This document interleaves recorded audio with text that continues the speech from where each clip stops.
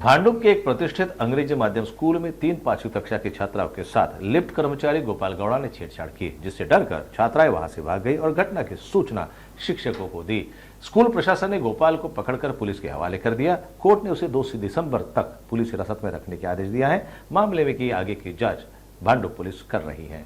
बरोबर त्या शाळेमध्ये लिफ्ट दुरुस्ती करता एक लिफ्टमन आलेला होता.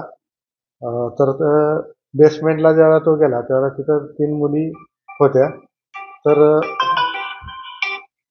तर त्या मुलींचं मोलेस्टेशन केलं. एकटं बघत राहणे किंवा एका मुलीच्या पाठीवरून हात फिरवलेले होते. सर नेमकी आता पोलिसांकडून काय कारवाई करण्यात आलेली आहे? शाळा प्रशासनाने नेमकी काय कारवाई केली? शाळा प्रशासन त्याच वेळेला त्या मुली टीचरांच्याकडे गेल्या होत्या. त्यांनी लगेचच कार्यवाही करून पोलिसांना कळवलेलं होतं आणि पोलीस इथं जाताच आरोपीला फिर्यादी मुलींची एका म्हणजे पीडित मुलीची आई ची FIR घेण्यात आलेली आहे आणि आरोपीला त्वरित अटक करण्यात आलेली आहे. सध्या आरोपी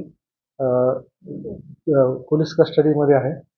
2 तारखेपर्यंत न्यायालयाने त्याला रिमांड दिलेला आहे. सर नेमकं आता शाळा प्रशासनाने तुम्ही काय आव्हान कराल? कारण की विद्यार्थी जे अशा पद्धतीने तिथे त्यांची सेफ्टी आहे ती घेणं खूप गरजेचं आहे.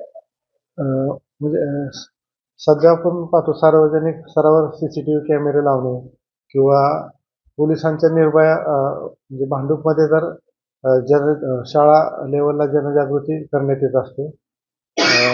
मुलींना म्हणजे अल्पवयीन मुलींसाठी ते गुड टच बॅड टच ह्याचं पण मार्गदर्शन करण्यात येत असतं निर्भया स्तरावर.